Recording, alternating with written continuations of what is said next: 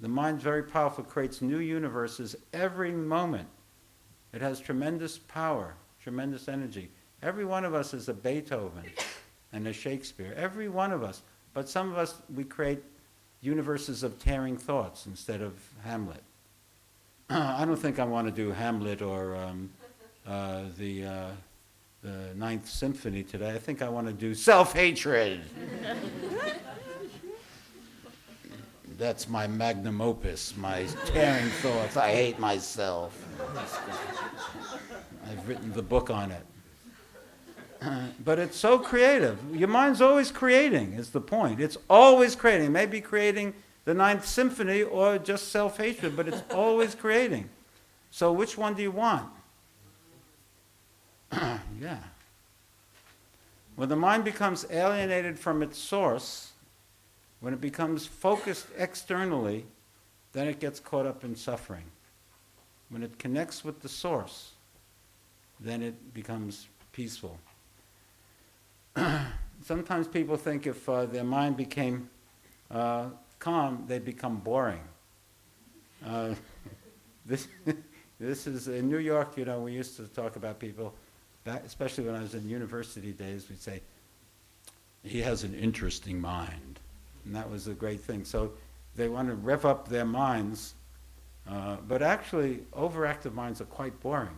They just run and spin and so on. And the truth is that if your mind became peaceful, you become much more interesting. A restless mind is a weak mind, but a strong mind is steady and peaceful. But what you should do is feed the mind good thoughts. Make sure the mind moves in positive grooves. Our thoughts generally, or often, not always, but often are morbid, negative, and destructive.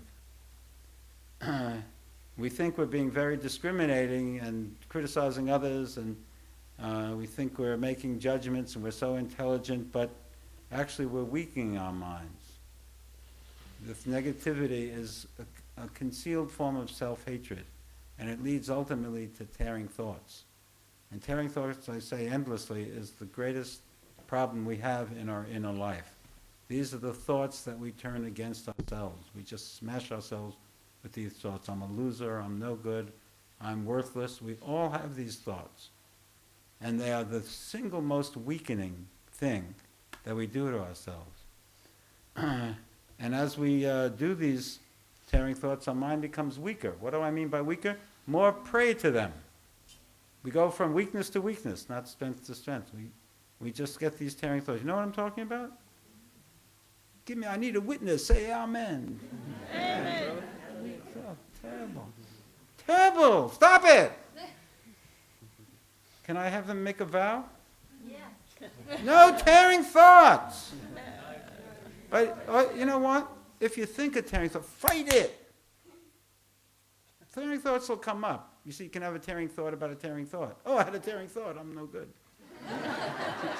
It just got you, you see. You have to fight it.